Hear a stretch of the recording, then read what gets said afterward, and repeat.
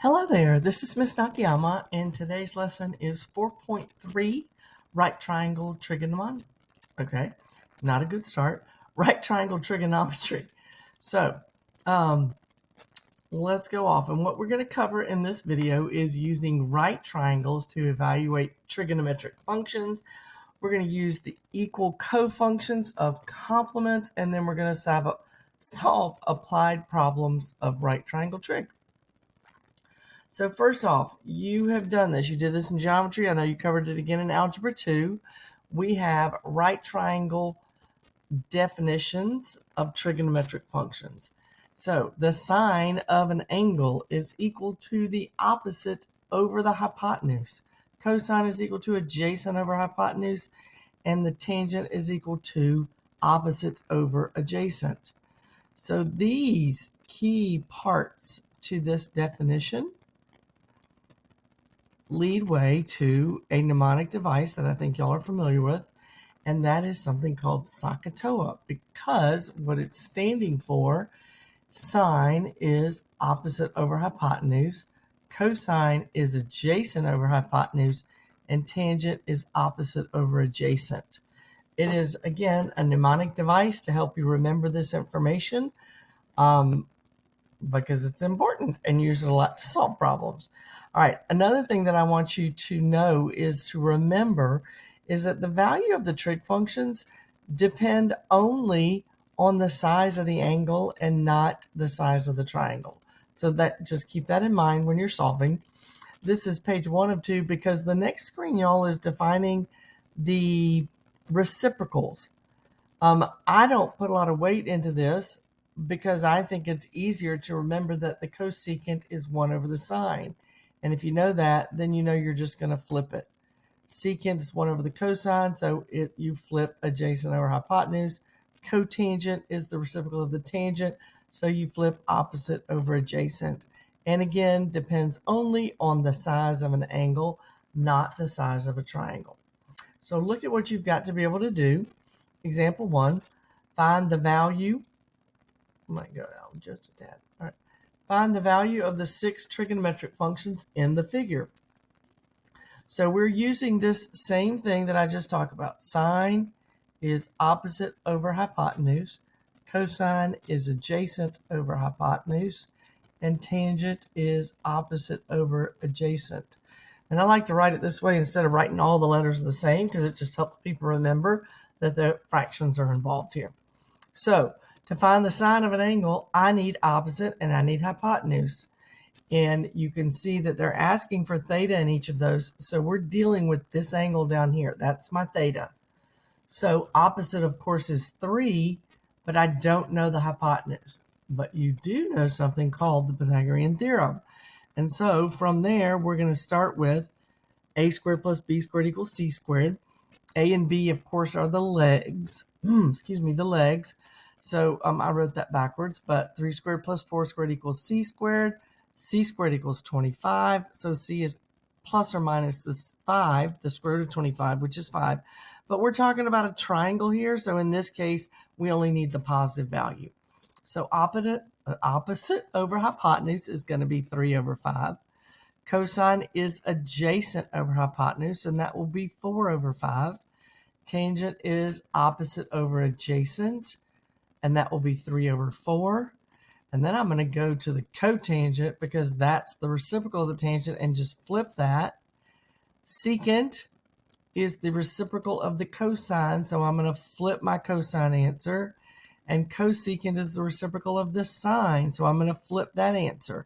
Remember, we talked about in a previous video that the reciprocals don't start with the same letter. So S and C, C and S. Okay, so I want to do another example of this really quick because although this is nice and easy because it came out as what we refer to as a Pythagorean triple, not all of your problems will. So I thought I would throw another example in here, and let's let b equal to 6. And if b equals 6 and I plug it in, then I'm going to still have 3 squared plus 6 squared equals c squared. Same thing we did. C squared equals 45. C equals plus or minus 3 square roots of 5.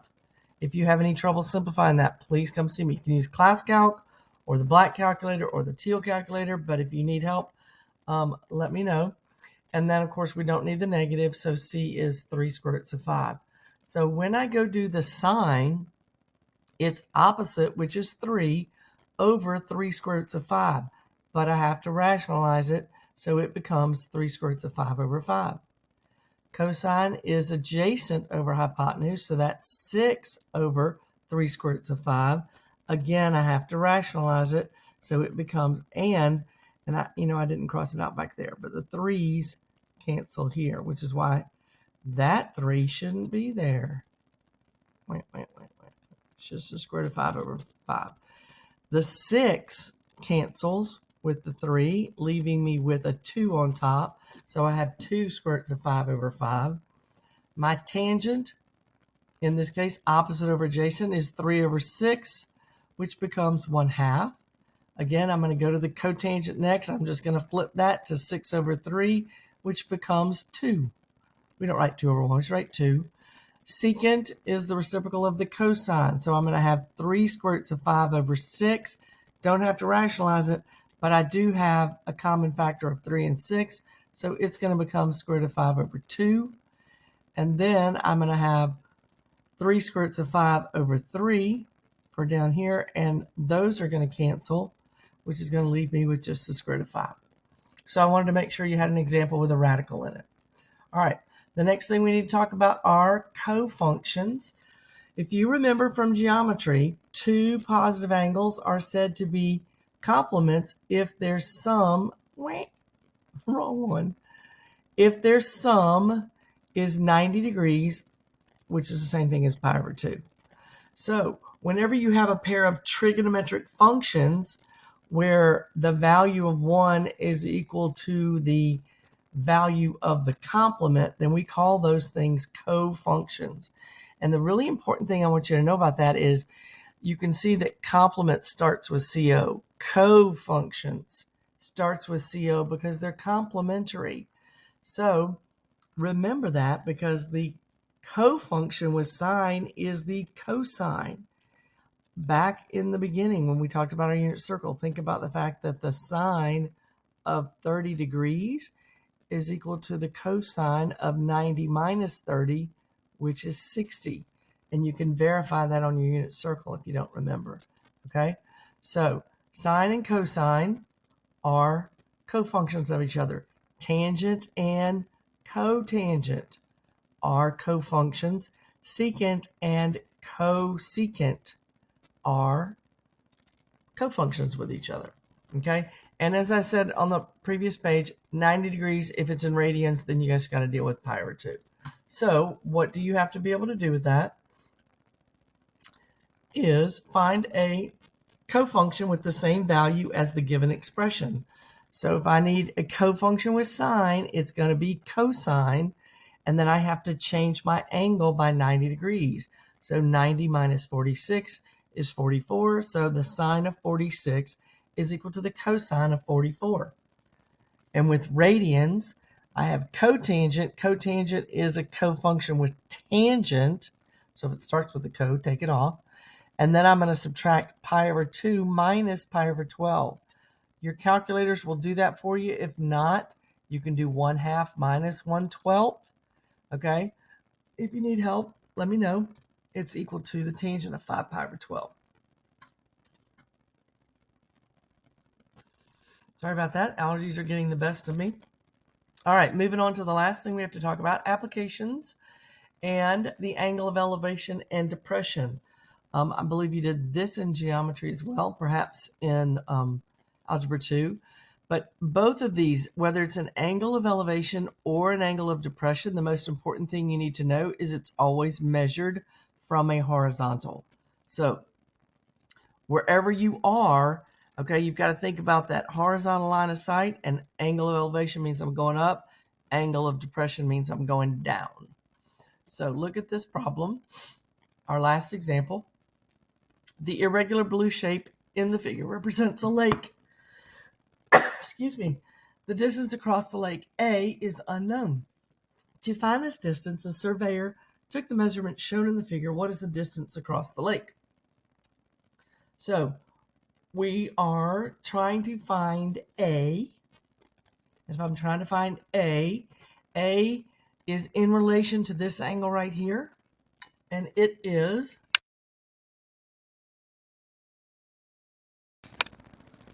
opposite. A is opposite, and this side is adjacent.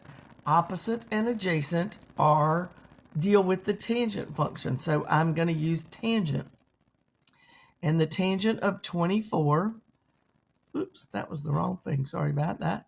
The tangent of 24 is opposite, which is A, over adjacent, which is 750. My variable is on the top.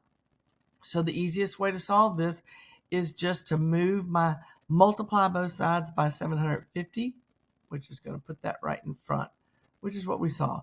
So 750 times the tangent of 24 equals A. Put that in your calculator, and then you've got to pay attention to what the directions are for rounding. So in this case, what is the distance? We're in yards, so it's 333.9 yards. And that is all we have for right triangle trig. Hope that was a quick review for you. Thank you so much for watching, and y'all have a great day.